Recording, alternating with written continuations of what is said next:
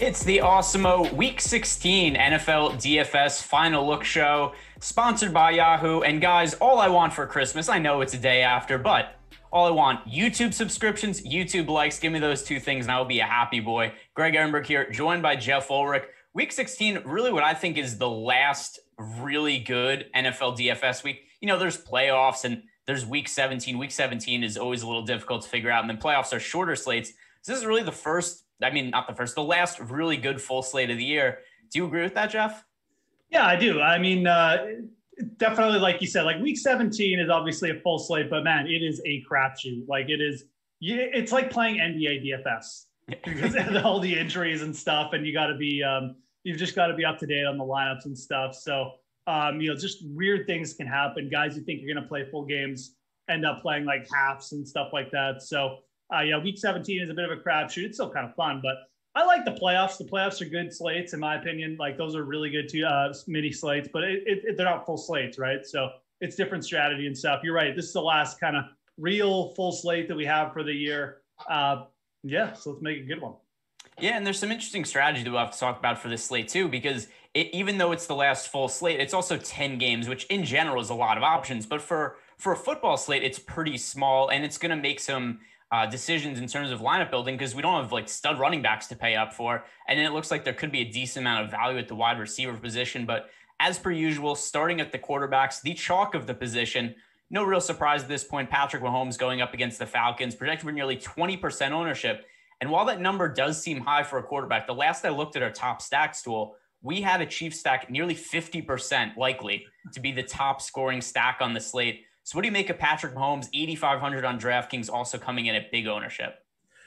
Yeah. I mean, there's no shock here. There's nothing to talk about. I mean, it's Atlanta, right? And it's Atlanta on the road too, which is like even a scarier proposition for their defense. You know, a secondary that's been attackable all year, now going up against like the probably the league's MVP. I mean, it's hard to see. It's almost like when the Chiefs went up against the Jets. It's just hard to see Mahomes not putting up 30 points, right? So 8,500 for him and 8,500 for Kelsey. You know, there was some issues like earlier in the week with perhaps Tyreek Hill's hamstring that could get people a little bit worried, I guess, with him. He's obviously going to play. I think that's kind of more the question. It's not, do you want exposure to Mahomes? It's who do you stack him with this week?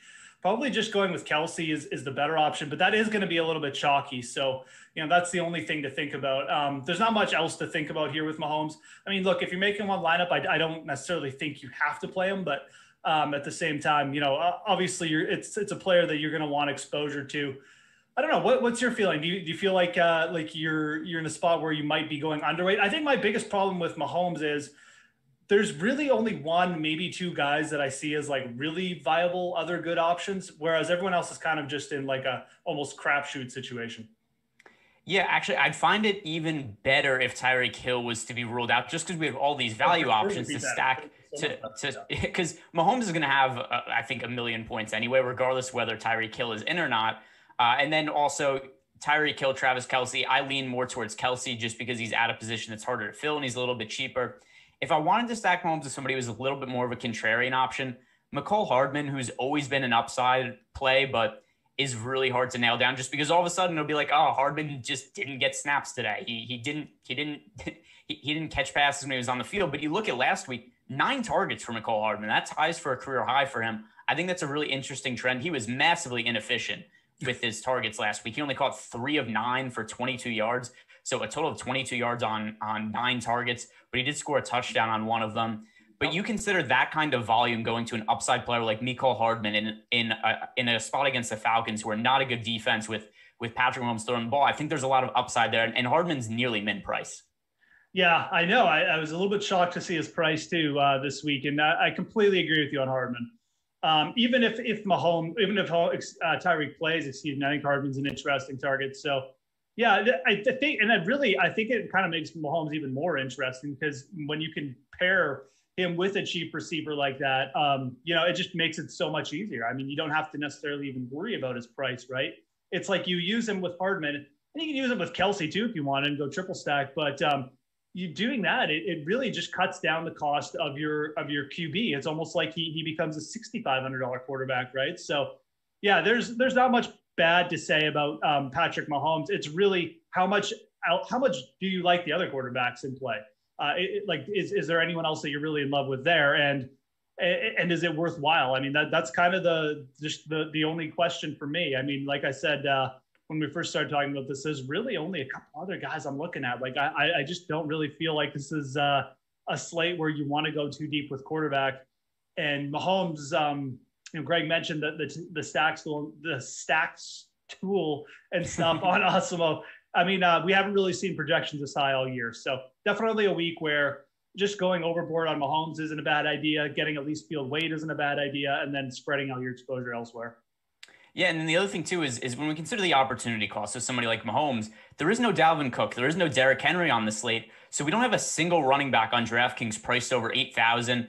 Nick Chubb is really overpriced on FanDuel at 9,000, but he's also the only running back on either site that's priced over 8,000. So there isn't some opportunity cost where it's like, oh, I'm missing out on Dalvin Cook, I'm missing out on Derrick Henry. There is nothing like that exists here, so that makes me also a little more apt to spend up at quarterbacks than I would be on other slates. Now, in terms of a pivot play, Lamar Jackson at 8,000, it is a much tougher matchup for him going up against the Giants than what Patrick Mahomes has. But with that said, look at the recent production for Lamar Jackson. He scored over 30 fantasy points in back-to-back weeks. He's running the ball a lot more now than he did earlier in the season. So comparing the ownership, if you get Lamar Jackson, who at about the fifth, the ownership that Patrick Mahomes has, I think he makes for a good pivot play, and it's perfectly reasonable to run Lamar Jackson out there naked. Also, there's no need to try to stack him with one of those wide receivers or Mark Andrews. Yeah, I am. I definitely understand where you're coming from. The Giants, to me, are just a no-go at this point, though. I don't know what it is about the Giants, to be honest, but it's just really, I guess they're just playing good defense. Let's just leave it at that, because regardless of who they've gone up against this year, the QBs just bust. Like they just bust. And again, I don't know if it's because the Giants just play at such a slow pace, or if their defense is just really that good at shutting people down. But every single time the Giants defense has come out and just made like games ugly. I mean, they're hitting unders at a huge pace. Everything about this team is just terrible for fantasy, quite frankly, this year. So I think for me, it's like Jalen Hurts is by far the only other, the best secondary option. I shouldn't say the only other option, because there's definitely a couple other guys you could think about. But to me, it's Jalen Hurts against Dallas. Again, this matchup with Dallas reminds me of just so much with last week with Arizona. Two teams that are top 10 in pace. Dallas is terrible against guarding against the rush, just in general, kind of similar to like Arizona was bad at guarding against rushing QBs. Philly's probably going to allow a few points through the air, which is great for Hurts. Hurts is obviously developing as a passer. Now he gets even a weaker secondary and a weaker pass rush to go against. I mean, he was under fire for a lot of that Arizona game. He's probably not going to have the same kind of pressure. So I know the price is up, but like you're asking me Lamar Jackson or Hurts, I'll take the higher ownership on Hurts and save a bit of money. I think he's got it's just a far, far better spot. Yeah, I'm definitely going to be on Hurts again. Also, the other thing too is I feel so proud to talk about Hurts now. When we bring up, it's like hey, we were on him when he was he was nearly min price. Nobody wanted to play him. People in the chat are yelling at us, "Stop talking about Jalen Hurts. He's washed." People are calling him washed before he's even stepped on the field once. And look at him now. I mean, you can make a case that he's pretty likely to be a top 5 running back quarterback next year, maybe running back too. But, I mean, there's not very many quarterbacks I'd want over Jalen Hurts from a fantasy perspective going forward. So Jalen Hurts, another quarterback also who, running quarterback, I don't think we have to stack him with somebody. Yeah, absolutely you don't. But there are cheaper options out there. Like if you want to fade the Chiefs chalk completely, you can go Hurts and Goddard and load up at studs in the other positions, right? So it's completely viable to do something like that. I mean, I think if I was going to stack him too, that's probably where I'd go. The Eagles wide receiver situation is just a complete roll of the dice. Obviously, I tried to make a Jalen Reagor call last week. It ended up being Greg Ward. It'll probably end up being Jalen Reagor this week. So, something like that. But Goddard and Ertz are getting targets, right? And Goddard is still playing more than Ertz. So I think if you stack Hurts with someone, you go to the tight end position because, again, if you're going to fade Mahomes, you can fade Kelsey too. And you can play Kelsey with Hurts too. I mean, that's fine. But, if you're going to do the full fade, definitely going cheap with an Eagles tight end is something to think about. So where a lot of the field is going this week, surprisingly to me, is right back to Mitchell Trubisky, the second chalkiest quarterback on the slate. He scored 15 fantasy points last week, and people are like, yeah, give me more of that going up against the Jaguars. Yeah. Look, Trubisky's had some okay games this year, but on the whole, the upside has not been substantial enough for me to really want to roster him in GPPs. He did carry the ball 8 times last week. That was a season high. That's kind of nice. But overall, he hasn't scored 25 fantasy points once this year. And the other thing, too, is we have so many high upside quarterbacks now that are running the football a lot, like guys like Jalen Hurts who are in the mix now. We've got Deshaun Watson, obviously, also. It's just hard for me to see Mitchell Trubisky being a guy that I want to get anywhere close to the field on, where he's picking up, ownership in the teens and is the second most popular play on the slate. So, of course, Jeff, I always need your Mitchell Trubisky takes. So what do you make of your guy this week? Look, okay, I'll say this first about Mitch. He's playing really well. He's playing good, but Greg is 100% dead on. It's not translating necessarily to massive fantasy games. And I'm not sure why this is going to be any different against Jacksonville. You might get 25 points out of him. I don't know if you're going to get more. And the big reason why is David Montgomery's playing well. Matt Nagy, if he has a running back who's producing, is going to give the running back touches.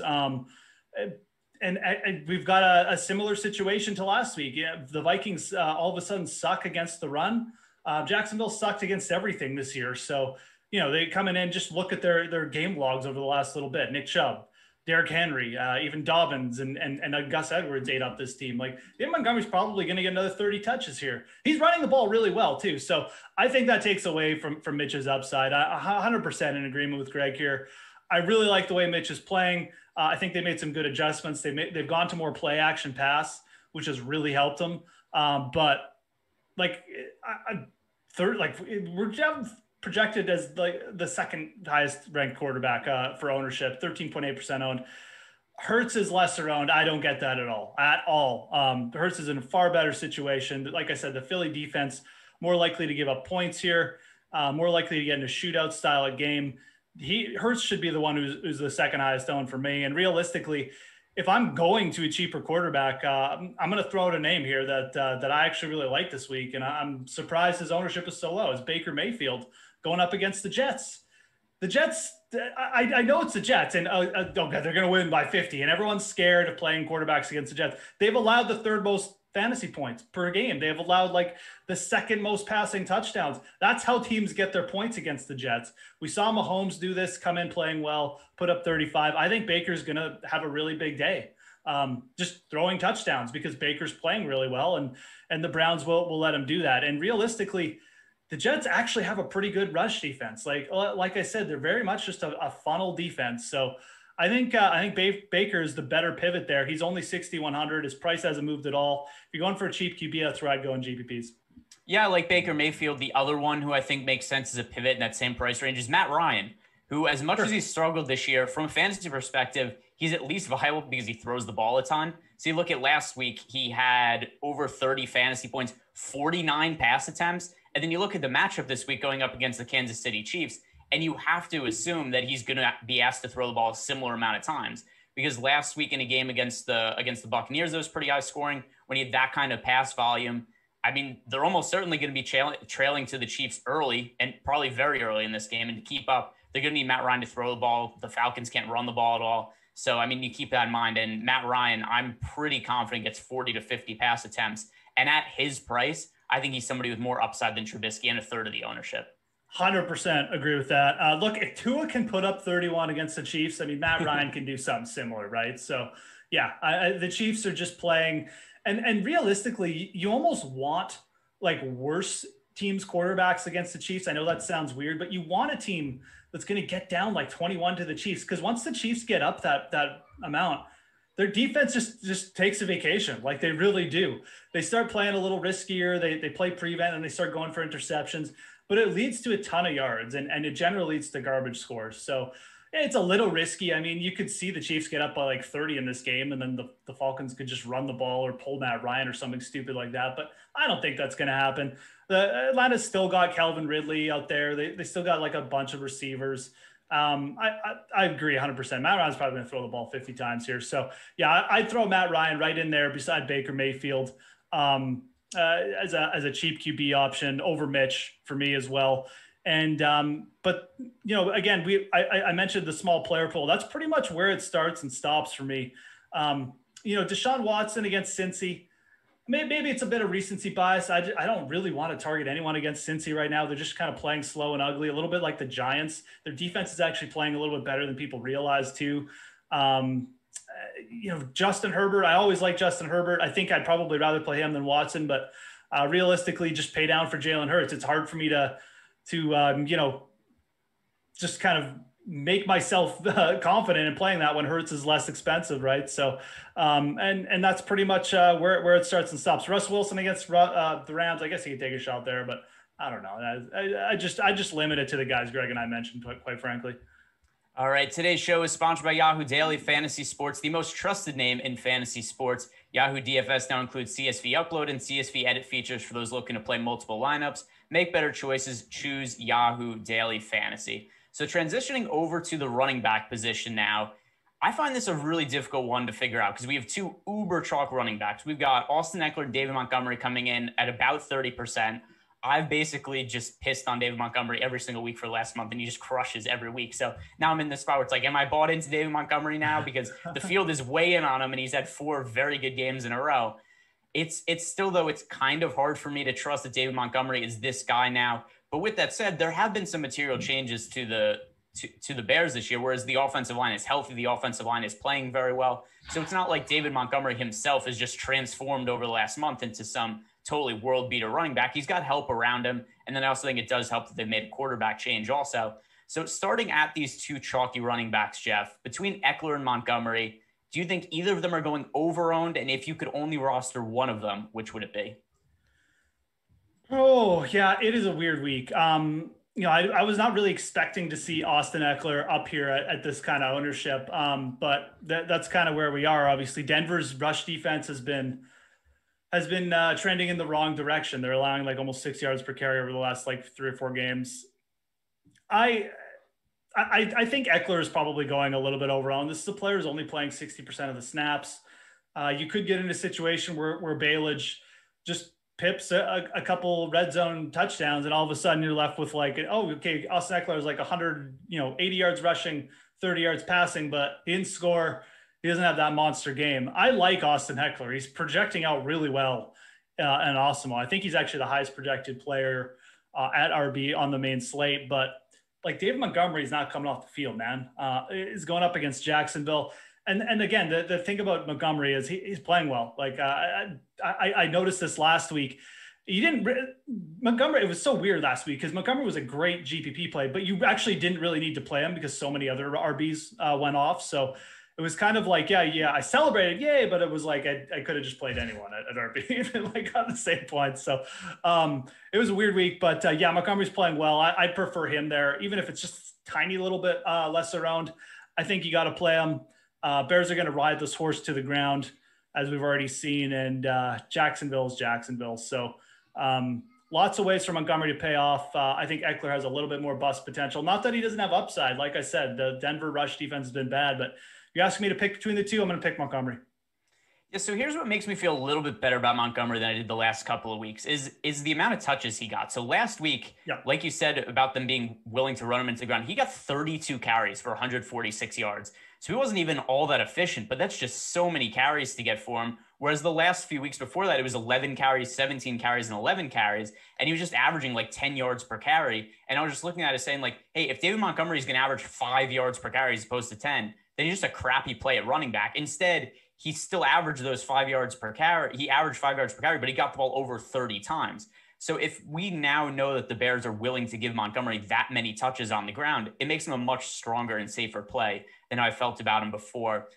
If I have to roster one of these two, it's going to be Montgomery for me also. I understand that Eckler, we haven't projected a lot higher, but I'm always a little wary of Eckler in the type of game where the Chargers are favored because he's somebody who gets so many of his fantasy points through the passing game. Like you look at what happened last week where they ended up winning against the Raiders. So he only got targeted 4 times. Whereas the weeks before that, which were games that were either closer or they were trailing, he got 9 targets, and 16 targets. So to me, Eckler benefits a little bit more from them being down than being ahead. And since the Chargers are favored in this game, I think that Montgomery's slightly better play. But with that said, I think I'm probably going to be overweight to both of them. So when it comes to Eckler for you, are you going to be underweight to him or about the field or still overweight anyway, even if you prefer Montgomery? Yeah, I'd probably be. Yeah, and it's a good point to make because, like, realistically, who else are you? And I think it's a good strategy. Like, who else are you going to go crazy overweight on here? Like, I don't mind like a Miles Sanders or a Nick Chubb play at all. But again, with those players, you don't have to go be too crazy on ownership to go overweight, right? So I'll probably say it's more likely like field average with Eckler and then overweight Montgomery, and then you can sprinkle those other guys in, right? I think that's probably the strategy for me that looks like the most viable at this point. You could go even just go like slightly overweight Eckler and more overweight Montgomery, but I'm kind of looking more like field average Eckler and then get my ownership on Montgomery, and then I can sprinkle in guys like Chubb and guys like Miles Sanders, who I don't mind this week, and I think make for at least good GPP pivots. So. And then what do you make of Le'Veon Bell this week? We have Clyde Edwards-Helaire is not expected to play. He has been ruled out for the game. So obviously it's a favorable matchup for Le'Veon Bell going up against the Falcons. The question I have, though, is what kind of workload do you think the Chiefs will give him? Yeah. Will he be a guy who they give just a bell cow role without CEH in there and just let Le'Veon Bell touch the ball 20 plus times? I mean, he did get 16 touches last week. Or is it going to be a situation where they work in Williams and some of these other running backs? Oh yeah, it probably is, to be honest. They're gonna have to look for the Darwin Thompson news and stuff like that. I kind of assume he's going to be active. Although if he's not, it's definitely going to give Lev Bell a boost. Like, I think Darrell Williams is going to get some touches, but it's hard for me to see Darrell Williams getting like more than 30% of the snaps. I think that's generally where you'll probably see him fit in. So I think Bell is very much kind of in the line for like an Eckler type of role.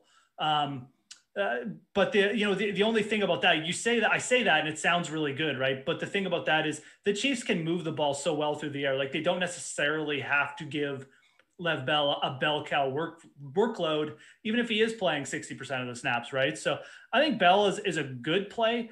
I don't think he's necessarily like a great play. Like, I like him, but I think the other player in this range now with Phillip Lindsay out is Melvin Gordon, right? And it was really close for me before the start of the week between Gordon and Bell, and I kind of pushed Gordon over Lev Bell right now. You're just in a spot where we know the Broncos like to give Melvin Gordon the ball. They're going up against the Chargers, not really a good run defense there, and it is the Chargers who will just allow big plays anyways, right? So I think Gordon's more likely to get like a 20 carry, 20 touch game than Bell is, even though Bell's probably going to play 60% of the snaps. So that's kind of where I'm looking at these two right now. I think they're both good plays. I slightly lean Gordon right now. Yeah, I like Gordon a little bit too. The other thing also to consider with Phillip Lindsay out is that there's going to probably be a little bit more passing game work for Melvin Gordon. Something that's already been trending upward last 2 weeks, 4 targets and 3 targets. That might not seem like a ton, except when you consider that he had back-to-back games with no targets against the Dolphins and the Saints. To see him getting a little bit more involved in the pass game, that's encouraging. One other guy that I think that really makes a lot of sense in this cheap range is Giovanni Bernard. I'm surprised that he isn't picking up any ownership because 2 weeks ago, he fumbled on his first touch of the game and basically was banished to the bench for the rest of the first half.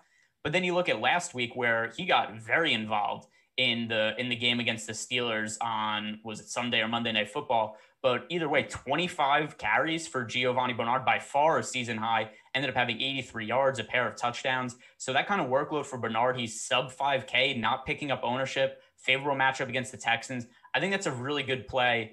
I assume his ownership has to change because I don't know how people are looking at a 4,800 Giovanni Bernard and just nobody is rostering him. But if this ownership stays the same, then he's one of my value plays for minimal ownership. Yeah, I think the reason why his ownership is suppressed a little bit is there's a couple reasons. I just feel like with this slate, people are just like, well, I don't necessarily have to play a cheap running back, right? Like, there's value of receiver. People like to play cheap tight ends. So I think that's probably what's doing a little bit of it. And people just are trying to take the sure things in Eckler and Montgomery. But, to your point too, Darrell Henderson is 4,500 too this week with no Cam Akers. So that's the other thing suppressing his ownership. I'm with you though. Look, I really like me some Darrell Henderson, but I think I'd rather play Gio Bernard for DFS. This is the worst rush defense in the league we're talking about in the Texans. we even get 16 geo touches here, I mean, that might be all we need. I mean, you look at fantasy points per touch to the RB position, Houston's dead last. Like they are terrible, absolutely terrible in giving up points to the RB position. So Gio Bernard looked pretty good last week. I agree. The only worry here is we got Ryan Finley a quarterback. It could blow up in our faces, right? But I think the defense is so weak. I think the way Gio played last week, you got to kind of go with this. And realistically, Henderson's got a bad matchup against Seattle. I mean, Seattle's rush defense is good. Their D-line is playing really well. I don't really want to touch that. So, for me, under 5K, Gio is where it starts for sure. I see people on like Ito Smith. I don't want any part of Ito Smith. Ito Smith, I didn't even know was in the league, until like a couple weeks ago still. So I don't want any part of that. And I think Gio's the play there. I think the other running back in this game is interesting too, but is David Johnson going to get 11 targets again? Maybe. Be cool if he did. I don't know. I've rostered David Johnson enough at cheaper price points and it's gone poorly enough that I don't really have a desire to pay up 6,100 for David Johnson. If he was cheaper, I think we could consider him, but I'm almost positive this is his most expensive price point of the season and fairly significantly. Yeah, this is the first time all season he's been above 6,000. He was only 5,100 last week. So yeah, I mean, I get that like last week he had all the work in the passing game, but I don't think this is a game where they're going to need to throw him the ball a ton of times because the Texans should be able to beat the Bengals. I understand they beat the Steelers, but even so, what's the spread for this game? It is at, just pulling up Odd Shopper really quick. We have the Texans favored by 7 points over the Bengals. Yeah. I have to consider that's probably going to be accurate, despite what we saw a week ago from the Bengals. So I think they probably get ahead, and then there's not a need to throw the ball to David Johnson a million times through the air. He is like Duke Johnson is out, right? So he's playing 80% of the snaps, or he played 80% of the snaps last week. It's still a pretty good spot, but I mean, you're correct. I don't know if I want this targeting to continue. Like when David Johnson went to the Texans, I figured we'd see way more of these style of games. I was just like, at the start of the year, you're like, who is Deshaun Watson going to throw to? Okay, Will Fuller will obviously get some targets, but like realistically, what else is he going to do? It makes sense if they use David Johnson as a receiver. He's a really good receiver, but they didn't do that. And then all of a sudden last week, when all my best ball teams with David Johnson were eliminated, they started to throw him the ball. Like it was very tilting, Greg. So I have a feeling you're going to see a little bit of continuation here, and I do like the spot, but I'm not going to sit here and be like, yeah, David Johnson's my favorite play of the slate, because it could be a full-on rug pull situation where, he gets 3 targets again. He gets like 15 carries, and Deshaun Watson just does Deshaun Watson things and carries the Texans. So it's a risky play. I think from a price perspective, Gio's probably the better play, but I do kind of like both those RBs. And one other thing I'll bring up is, as it pertains to David Johnson, Buddy Howell, the last time that Johnson was out, and it was the Duke Johnson and Buddy Howell backfield, Howell carried the ball 11 times against the Bears. So it's not like it's going to be solely David Johnson's backfield. We saw Buddy Howell get double-digit touches in a game earlier in the season, so I think he's going to be involved too. It's not going to be some situation where David Johnson's getting 100% of the snaps. So that's something else to consider. Yeah, absolutely. He's still a little bit of an injury-prone back, and they generally do mix other guys in with them. So I think, talk about Chubb a little bit, Sanders. Again, those guys are more sort of your players you're looking for big plays from to reel off. I think Chubb is probably, I don't know, man. Like Miles Sanders is getting.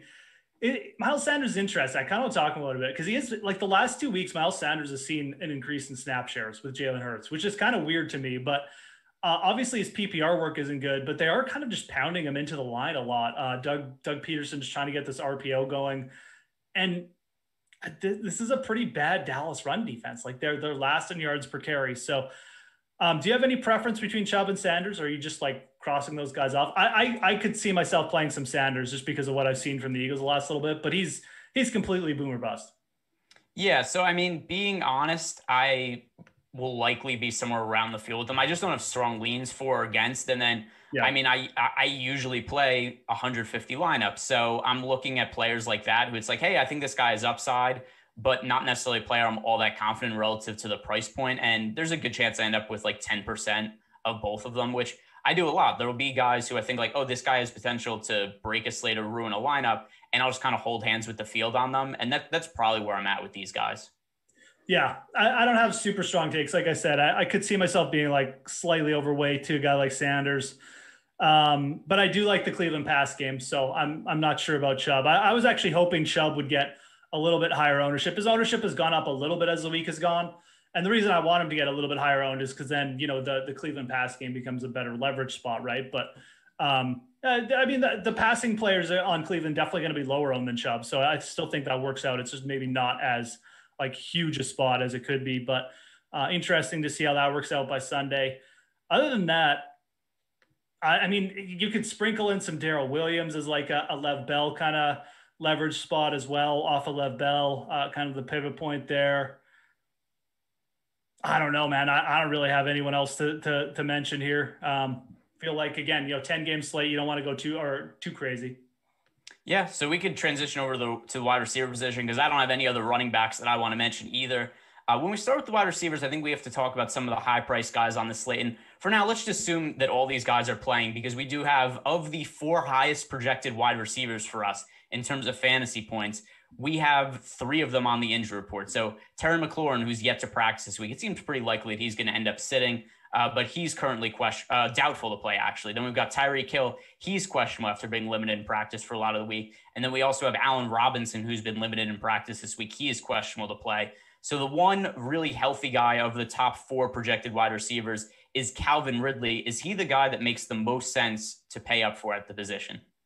Yeah. So first of all, I would say yes. And second of all, guys, let's hit that like. Greg mentioned he wants for Christmas like likes and subscriptions. Let's get to over 100 for him. Make it a Merry Christmas for Greg. He feeds off these likes, guys, and he just absolutely feeds off them. So it's all hit that like button, guys. Would smash it if you could. We'd appreciate it. But yeah, back to Greg's point. I do think Calvin Ridley is the number one play. Again, we've seen his targeting now with Julio Jones just be so consistent. Atlanta really has no run game to speak of. Todd Gurley is dust. Everyone else there is kind of terrible. And realistically, they're going to be behind in this game, like 14-0 before you can blink. So yeah, really just from a volume perspective should turn up here. I mean, he might get 18 targets in this game. Really wouldn't shock me if something crazy like that happens. So I think I prefer him over Tyreek Hill. Again, Hill could be in a situation where he might even score a long touchdown, but he might only get like 6 targets. Like we've seen that in some of KC's games where they get ahead. They just don't use him that much. They just they play pitch and catch with Travis Kelce down the field. And, Hill just kind of ends up taking a lazy day with like 6 targets. And yeah, he gets in the end zone, but he doesn't do anything crazy. So for me, you got to go with the volume in this spot. And the volume that's guaranteed is Calvin Ridley. I liked him last week. Player I definitely kicking myself for not getting more of. Although, I mean, I played some DeAndre Hopkins too, so it wasn't too bad. But definitely in play this week. He's up there, second highest owned projected right now. But who else are you going to pay up for this week? I think that's part of the equation here. Calvin Ridley is it's okay to fit in. I mean, you could even play him with Kelce and Mahomes if you wanted to. There's value options out there at all positions to help you do that. So yeah, Ridley for me, the number one play. Yeah, and then, I mean, talking on that volume, no Julio Jones this week. The targets in the last 5 games for Calvin Ridley, 9, 10, 12, 14. So it's a ton of passing game work. And the other thing also is, like we said, the Chiefs are probably going to smash in this spot. The Falcons are going to have to throw the ball a ton. So a lot of opportunity for Calvin Ridley to pick up garbage time points in the second half of that game. If we're looking at some contrarian options, DK Metcalf, who's seen his price dip pretty significantly over the last couple of weeks. We saw him go from 8,200 to 84 to 86, now down to 7,800, the cheapest price he's had in over a month. It is a matchup against the Rams and Jalen Ramsey. With that said, only 6% ownership for DK Metcalf.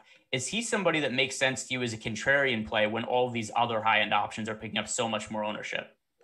So I do like looking at Seattle, but I think I prefer Lockett here. You can definitely pay up for Metcalf, but I just feel like the matchup here, I think Seattle and I think Russ are just too smart to get baited into necessarily this Jalen Ramsey stuff. And we've seen this in the past. I feel like this could end up being like one of those Tyler Lockett games where he just goes bananas just because, the Rams make such a big deal about this Jalen Ramsey and DK Metcalf matchup, whereas Seattle has 2 wide receiver ones essentially, or whatever you want to call them. And they've got another dominant wide receiver, and Russell just worked that matchup. So maybe it ends up DK Metcalf just, ends up, making Jalen Ramsey's son. He's definitely got the capabilities to do that too. And if Russ gives him a few targets, Metcalf could easily end up breaking like a couple long plays. So I think though the volume's going to go to Lockett here. He's actually done pretty good against the Rams. You look back at their game earlier, that's kind of what Seattle was trying to do. They couldn't do it just because, quite frankly, they just didn't play well, and their O-line didn't play very well that game, but they were trying to get the ball to Lockett in that game. And I think they're going to have more success here this week doing it. I think they're playing a little bit better, and I think the Rams are kind of ripe to be taken here. So I'm looking at Lockett as the GPP pivot move. Realistically, both these guys are in play. Love the low ownership, but for me, it's going to be Lockett this week. Yeah, it's hard to deny that he has upside just because we've seen very significant upside from him this season. But it's been 3 months since he had a good game, and I'm just done chasing Tyler Lockett and points from him because he's just a guy who he's not having a very good season. He has those couple individual games, but other than that, he's been ridiculously inefficient. You look at last week, 34 yards on 7 targets, 52 yards on 5 targets, 63 yards on 9 targets. He hasn't had over 100 receiving yards since week 7, and that was a game against the Cardinals where he had 200 yards and 3 touchdowns. So I don't know what the deal is with Tyler Lockett, but he's generally sucked this year, and it's been a long time since he's played well. And I chased points from him in some of those games, and I've kind of given up on him at this point. And the other thing, too, is I could justify playing him if he was cheaper, but his price never really goes down. He's still $6,500. He spent most of the year in that mid 6K to low 7K type range. And it's just hard for me to pay up for him when there's other guys in his price range that I'd rather get to.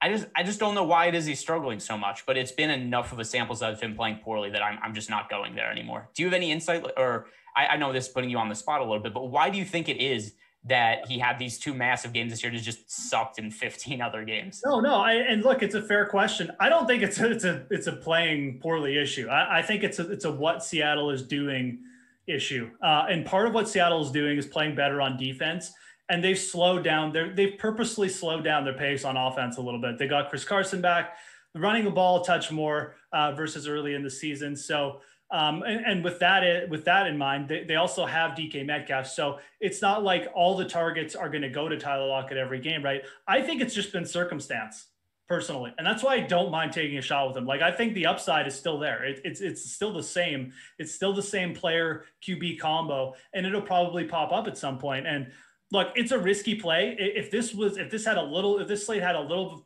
bit better options, I probably wouldn't even be talking about Tyler Lockett this week. But realistically, like our other options in this range to me are like Deontay Johnson and T.Y. Hilton in like a defensive battle, right? So, and I kind of like both those guys too, but I think Lockett has just as much upside as those guys in a similar situation. So to me, Lockett has been kind of a victim of circumstance.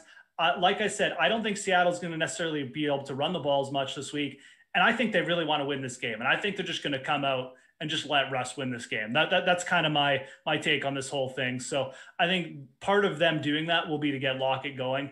It's a risky call by me, and it's kind of just I'm trying to read the tea leaves here of how Seattle has gone this year. Obviously, like I've seen them play a lot. I've watched all the games, etc. I just think that this really makes sense for them to do that. I don't have any extra like rumors or insight or anything. I just think that this is a spot for Tyler Lockett to get off the mat, because realistically, he's too good a player and he's got too good a quarterback to just bust the rest of the year. So let's hit on some of the value at wide receiver position. Somebody who you mentioned there that I actually think makes for a good contrarian option is T.Y. Hilton at 5,500. He was somebody who looked basically finished the entire season. Everybody makes fun of anybody who recommends T.Y. Hilton online. And then all of a sudden he breaks out in a big way where he scores 18 fantasy points, 28, 26 in 3 games in a row. Then kind of a dud last week against the Texans. Not totally terrible, but 4 catches for 71 yards, didn't score a touchdown. So definitely a step back from what he had been doing. But the other thing here with T.Y. Hilton, everybody's off him now. Where everybody was off him, he plays well. And everybody was on him. Then he plays well. Everybody gets off him while he plays well. Then everybody gets back on him for the one game where he duds again. And now everybody's jumped off him again. It is a tough matchup against the Steelers. Maybe, though, because the Steelers have looked much worse in recent weeks than they did earlier in the year. So T.Y. Hilton, the guy who seems like he's grooving a little bit better with Phillip Rivers now as the season goes on, I like him for a bounce back. He still got targeted 7 times last week. So at the low ownership for T.Y. Hilton, I think he's a pretty good value play. Yeah, are you trying to say that you've been making fun of me online for telling people to play T.Y. Hilton then, Greg? No, I was mostly making fun of Spags, actually. Oh, okay. Does he? Oh, right. Yeah, because he likes to play T.Y. Hilton every week. Okay, good. At least I know there's someone else out there who's been on the T.Y. Hilton train this week or this year. Yeah, I agree. Like, everyone was on him last week, and now everyone's off him. The matchup isn't that bad. Pittsburgh's defense has been terrible at guarding against wide receivers of late. Not terrible, but not as good. Like, they have allowed big plays. Right? You know, we've seen Marquise Brown get behind this defense. Steph Diggs absolutely ate up this defense. And I'm not necessarily putting T.Y. Hilton on the Steph Diggs level, but like, this is still the team's best wide receiver. He's shown better connection with Rivers. There's a chance here. These two just start connecting early in this game and giving the Steelers a little bit of trouble. I think T.Y. Hilton is a good style of wide receiver to go up against the Steelers. He's not going to try and out physical like the Steelers cornerbacks. So I think it's a good matchup there. I think Deontay Johnson on the other side, again, just a player getting that many targets at this low ownership. I'll always take a shot with those guys. I think Deontay Johnson might even be in a little bit of a better spot here. So I like both wide receivers in this game. I also think this game has a little bit of sneaky shootout potential. I know that's tough to say, like with how bad the Pittsburgh offense has looked lately, but realistically, they had a better second half. This is a very big game for Pittsburgh, very big. Like, they have to get off the mat here. At the very least, they got to make this game close so that when they go into their game with Cleveland in Week 17, they got some momentum. So I'm expecting Pittsburgh's offense to do some things here, and that obviously leads me to think that Deontay Johnson is going to be in play. So I like both wide receiver ones on both these sides. Love the fact that they're going like completely underowned. I mean, probably going to see them at like under 10% for sure, and possibly even far lower. So like a little bit of sneaky shootout potential. I'm not going to play the quarterbacks here or anything because, we got two guys who aren't going to run for any yards, and why would you not play mobile quarterbacks in the league at this point? But Hilton and what's his face? Deontay Johnson. I haven't drank any coffee yet today, people. So Deontay Johnson, T.Y. Hilton, both in play for me. You know what's funny about the Steelers is I was pushing really hard to bet Patrick Mahomes for MVP online for the last couple of months. And the biggest pushback I got when he was plus money was people were saying, Ben Roethlisberger, the Steelers are going to go undefeated and people are going to give Ben Roethlisberger votes. And the funny thing is I was a little nervous about that too, because I was looking at the schedule. I was like, maybe they do run the table. They've got a lot of easy games on there. And then they just totally crap the bed and totally a non-factor that now. But it is funny that when I was betting Patrick Mahomes like plus 250 to an MVP, and people are like, no, Roethlisberger is going to be the guy when the Steelers go undefeated. And boy, is that not the case. I mean, Mahomes is at that point too, where you almost feel like people are going to vote against him because they're like, well, Mahomes is going to win like 8 MVPs. So let's give a sympathy vote to Ben Roethlisberger. Like, you actually have to think about things like that. So I kind of get your trepidation there. MVP is such like a political thing too. Like I said, like Rodgers could end up winning it at this point, just for the similar reasons. Although Rodgers is actually playing good, so yeah, it's an interesting thing. But you're right. Like, I mean, it seems ridiculous to talk about it after the last 4 weeks. Yeah, and I would hope Mahomes wins because I like a 5-figure investment in him at plus money, and he's minus 400 now. So there's certainly a lot of line value there, and I'm pretty happy with that. Cheering for a 3-interception game from Tennessee for you, Greg. I'm really just cheering for Aaron Rodgers to like get benched in Week 17 and just play mediocre, but I'm pretty confident that Mahomes has it at this point. But another thing that I'm confident in is our Awesemo NBA DFS product, and NBA DFS is here. And if you guys are a new customer and yet to try it, you could get $1 access through December 29th using the promo code Caruso. This gives you access to everything we have to offer for NBA regular season, projections, ownership projections, Slack chat, lineup builder, and much more. So sign up today. That is just $1 using the promo code Caruso, and that'll get you access for the next few days. So Jeff, let's hit on this tight end position. To me, I think it has to start with Travis Kelce, 8,500. How much do you want to roster him? He's by far the chalk at the position. It makes sense. So let's just put it this way, because neither of us are going to talk the other one off of playing Travis Kelce. But at 25% projected ownership, would you rather be over or under that number? Probably over this week. There's like one other viable option, in my opinion, and then everyone else is just like your you're just praying. Like you're just praying something crazy kind of happens, right? At least in my opinion, that's how this slate is setting up. So the other factor is here, like, who would you rather be overweight on, Travis Kelce or Austin Eckler? We kind of mentioned Eckler, and I think he's in a good spot, but for me, it's Travis Kelce, right? If you want to only pay up for like one stud running back and then pay up for Kelce, maybe even Mahomes, that you can do that. And then you can get, at the very least at RB, you can get sensible pivots. You can go to maybe a Geo for huge savings, or David Johnson and take a risk that he's going to get those big targets. Those are sensible pivots. There's no sensible pivot, other than maybe Logan Thomas at tight end. I think that this is a spot where you probably just want to eat the chalk or go to Thomas. And, I do kind of like Logan Thomas this week. The targets are insane. He's kind of like turned into the wide receiver one there. It's a great matchup, but there's more risk with Logan Thomas than there is, I think, with those pivots at RBs. That's kind of my take on tight end this week. Yeah, I feel the same way. The other thing, too, is there just isn't that much opportunity cost to rostering Travis Kelce like there was last week or in other games where Travis Kelce was really expensive because there aren't other guys to pay up for. So you could even make lineups that have Montgomery, Eckler, and Kelce because none of them are like 9K players, right? There isn't this running back we're looking to roster. Like I mentioned before, Dalvin Cook last week where he was 10,000. Then you had, was it 10,500 for Derrick Henry or something along those lines, or 9,500, 9,000. But the point being is that the players at the high end are cheaper this week. So it's easier to fit them into lineups. I know you mentioned there Logan Thomas as a potential cheap tight end. Are there any other cheaper tight ends that you think make for okay plays on the slate? I mentioned Goddard. Again, if you're going to play Hurts, I don't think that's a terrible stack. I mean, you get Goddard in the end zone once. And look, Goddard is a player who could take like a 30-yard touchdown for it. I mean, he's got that capability. And realistically, he's playing the Cowboys. So I think Goddard is in play for Jalen Hurts stacks. I'm not going to sit here and say like, oh yeah, he's a great value play. Like you should go overweight on him or anything though. I think being like field weight is fine or something, but I wouldn't go crazy. Zach Ertz is involved too. Could easily end up being Zach Ertz this week. They're both playing like over 70% of the snaps. So there's risk with Goddard, but again, I don't mind him for Jalen Hurts stacks. So I would definitely be the player I would try to sprinkle in there. Probably my number one target to stack there. But otherwise, I mean, go back to Cole Kmet, I guess. I don't know. That seems risky. I just don't think the targets are going to be there to make that viable.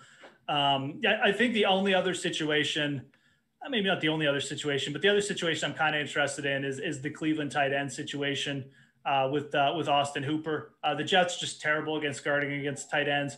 I mentioned I like their pass game. Actually, we didn't talk about Jarvis Landry. That was another wide receiver I really like. But I think people probably understand that I like Jarvis Landry since I like Baker Mayfield. So won't spend too much time on that. But yeah, Austin Hooper kind of in play for similar reasons, right? Like if you're going to make like a triple stack with Baker Mayfield, throwing Hooper in there with Jarvis Landry is fine. I mean, I think most people go Higgins, but Hooper to me has at least that a really good touchdown upside here. After that, though, I'm not even going to bring up a cheap tight end because there's really no one I really like. Yeah, Dallas Goedert for me. I'm going to echo the thoughts you said. If I'm going to roster Jalen Hurts, most of those lineups are going to be naked without one of his pass catchers. But the ones that I do want to include one of them, it's going to be Dallas Goedert because you look at his target share over the last 4 games. And the other thing to consider, too, is he was hurt earlier in the year. But since coming back, getting healthy, we've got 10 targets, 7 targets, 6 targets, 8 targets in the last 4 weeks. He's been the most targeted player in the Eagles offense. And there are targets to go around for both him and Ertz. Ertz was targeted 7 times this last week, and Goddard got 8 targets. Goddard is the more efficient player at this point in their careers. And there's also not that much of a difference in price between the two. So at a cheap price, I think Dallas Goedert, 3,600 plus matchup against the Cowboys. He makes sense to me as being the cheap guy. So if I'm going expensive, it's going to be Travis Kelce. If I'm going cheap, it's more often than not going to be Dallas Goedert. Defense and special teams, Jeff, any of them really stand out to you as a great play this week? So yeah, just checking the ownership here again, though. I do like one. I like the Seahawks, 2,600. Jared Goff. I think he's got 6 he's got 5 turnovers in his last 4 games. He's not playing well. I mean, I think this is kind of just floating under the radar here. That Jared Goff has kind of turned back into a pumpkin, and I'm not necessarily shocked about it. And then you look at the Seahawks. The Seahawks have allowed 14.2 points per game over the last 6 games. Like they're playing good, and they've had some weak quarterbacks in there, but they kind of have another weak quarterback in here too. So, their pass rush is up there. They're top 8 in sacks per game. They're getting interceptions and turnovers. I think this is a really good spot for Seattle at 2,600. I don't mind taking a shot on them at all. Love targeting Goff. I see some of these other teams that are up there cheap. Like, people want to play the Panthers or the Broncos. I mean, I guess the Panthers have a little bit of upside, especially if Haskins starts, but like the Texans, people want to play the Texans. I play Seattle, man. I think it's a really good pivot, especially for GPPs. Again, this is a game where I think Seattle's just going to come out and really try and just, dominate from start to finish. Obviously, teams want to do that every week, but I just feel like they're playing better. They got the better QB, and their defense is on the uptrend. Yeah, my main take on seeing the defense ownership is it makes me like Giovanni Bernard more. If Bernard's going to pick up no ownership and the Texans defense is going to be like 15 to 20% owned in GPP, that's the best way to get leverage there, is getting some exposure to Giovanni Bernard. So just a couple minutes left, Jeff. So let's finish the way we always do. What is your favorite stack of the week? Yeah, I think I'm going to go with my Baker Mayfield, Jarvis Landry stack. I'm not going to necessarily say that you have to play, like Austin Hooper with them or anything like that, because you got to get exposure to some of these studs. But I really do like the spot for Baker. If we just get like a 32, 33 point game, 35 point game from Mahomes, if Baker comes in around 28 or 30 points, I think the price savings there could really end up factoring in. I love Jarvis Landry against that secondary. So I'm going to go those two. Again, you can still play Kelsey there and get exposure to the Chiefs with those two. But I'm going to say Baker and Jarvis Landry today. Yeah, so I mean, I'm still going to go with Patrick Mahomes. I understand the ownership's really high, but I think the way that you get exposure to Mahomes and save salary while being contrarian, stack him with Mecole Hardman. Hardman only projecting for 3% ownership. He's nearly min-price, targeted 9 times last week. And then you also consider Tyreek Hill a little bit banged up. Maybe he doesn't play the entire game. I think Hardman is a good GPP upside play, and that's a good way to save some salary in what should be chalkier Patrick Mahomes stacks. So that's going to wrap up the show this week. Guys, on the way out the door, do us a favor, thumbs up, and please subscribe to the YouTube channel because we got plenty of more great shows coming up for the rest of the day. We've got the NFL strategy show, NFL Live Before Lock, which is also going to be Jeff and I, and then NBA Live Before Lock. That is going to do it for us. Jordan, play the music out.